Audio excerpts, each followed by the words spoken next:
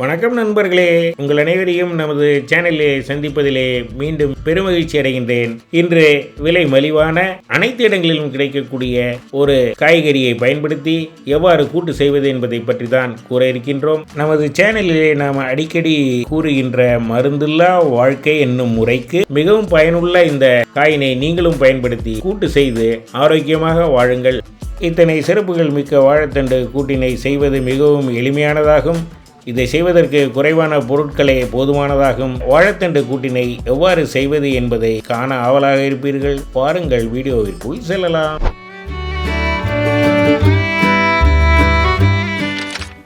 நேயர்களே, welcome to Lal pumpkin 123. இன்னைக்கு நான் கூட்டு வகையில் ஒன்றான வாழைத்தண்டை போட்டு மோர் கூட்டு பண்ணுறேன். மோர் கூட்டு எப்படி பண்ணலான்றத சொல்ல ரொம்ப சுவையாக இருக்கும். இந்த மோர்க்கூட்டுக்கு நல்லா புதினா தொகையில் பண்ணி தொட்டுன்னு சாப்பிட்லாம்.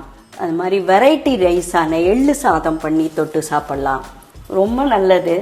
கெட்ட கொழுப்பை அகற்றும் வாழைத்தண்டு. அடிக்கடி இதை ஜூஸ் சாப்பிட்டு வந்தான்னா உடல் எடை குறையும். கிட்னி ப்ராப்ளம்லாம் இருக்காது அப்படின்னு சொல்லுவாங்க. ரொம்ப உபயோகமானது வாழைத்தண்டு. அதை அடிக்கடியில் உணவில் சேர்த்துன்னு வரலாம். இன்றைக்கி ரொம்ப எளிமையான முறையில் மோர்க்கூட்டு எப்படி பண்ணுறதுன்னு சொல்கிறேன். இதுக்கு தேவையான பொருள் ரொம்ப சிம்பிள் தான்.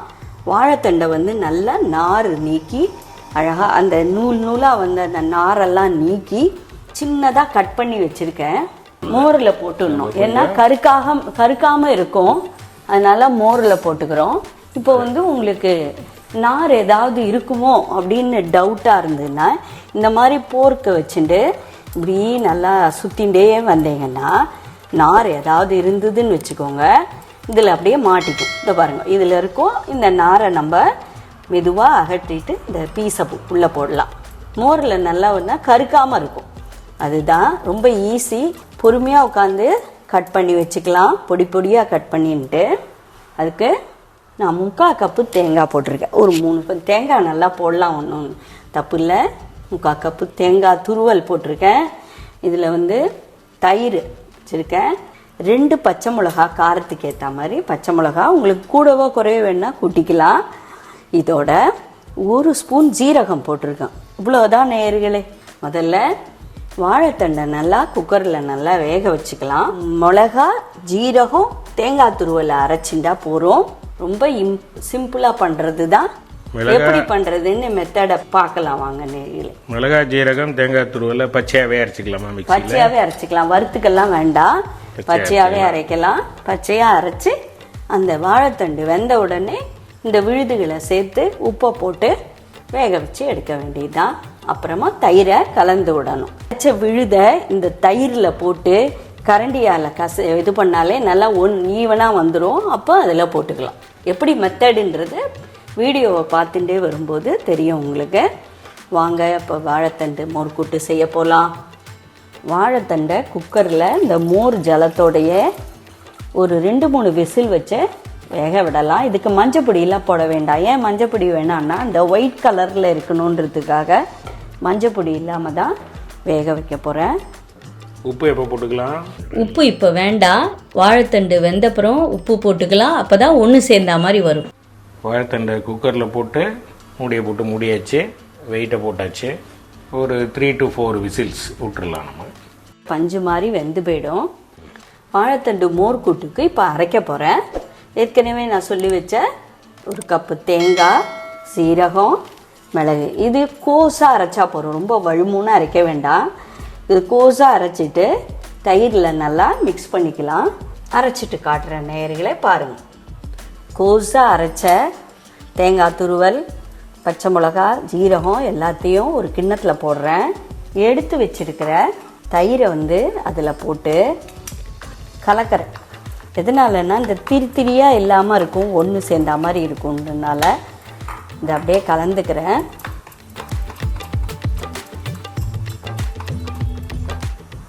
நல்லா கலந்துட்டாச்சு. கொஞ்சம் தயிரை தனியாக எடுத்து வச்சுக்கிறேன். கடைசியில் அதை ஆட் பண்ணிப்பேன். இப்போ பாருங்கள், இந்த தயிரையும் தனியாக ஒரு மாதிரி கடைஞ்சி வச்சுருங்க. இது தனியாக இருக்கட்டும். இதை போட்டு கலந்துட்டு அப்புறம் உப்பெல்லாம் போட்டு ஒரு கொதி விட்டுட்டு இறக்கிடலாம். ரொம்ப கொதிக்கணுன்றது இல்லை. இப்போ குக்கரில் விசில் வந்து வாழைத்தண்டு ரெடி ஆகிடுது. இதை நசுக்கி பாருங்கள், நல்லா வெந்து போயிடுது. பார்த்தீங்களா, நல்லா நசுங்கிடுது. இந்த தண்ணியை கொஞ்சம் வடிகட்டி வச்சுருங்க. இந்த தண்ணியை அப்படியே வேஸ்ட் பண்ண வேண்டாம். இதில் கொஞ்சோண்டு உப்பு போட்டு நம்ம சாப்பிட்லாம். உடல் எடை குறையிறதுக்கு ரொம்ப இது வேஸ்ட் பண்ண வேணாம். வாழைத்தண்டு ஜூஸ் மாதிரி சாப்பிடலாம். ஹாட் ஜூஸ் இது. இப்போ கூட்டு ரெடி பண்ண போகிறேன். வடிகட்டி எடுத்துட்டாச்சு. நான் கொஞ்சம் அந்த தண்ணி துளியோண்டு அதில் இருக்க மாதிரி தான் வச்சுருக்கேன், எல்லாமே எடுக்கலை. இப்போ தேவையான அளவு உப்பு போட்டுக்கலாம். இப்போ அரைச்சி வச்ச அந்த விழுதை இதில் கலந்துக்க போகிறேன்.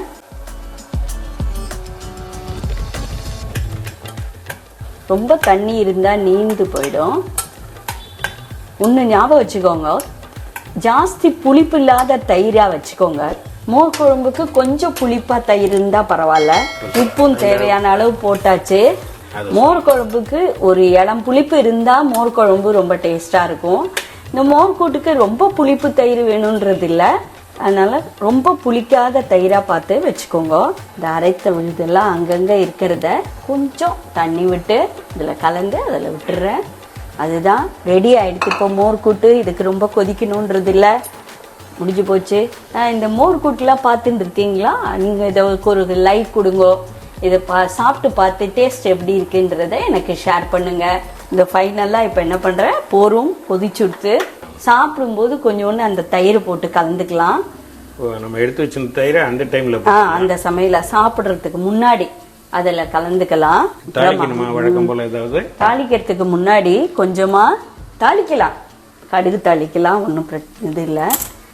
தாளிக்கிறதுக்கு முன்னாடி எப்பவும் வழக்கம் போல் ஒரே ஒரு ஸ்பூன் தேங்காய் எண்ணெய் போட்டுக்கலாம். இது ஆப்ஷனல் தான், உங்களோட இஷ்டம். தேங்காய் எண்ணெய் போட்டால் டேஸ்ட்டாக இருக்கும். அதான் இப்போ தாளிக்க போகிறேன். மோர் கூட்டு ரெடி ஆகிடுது.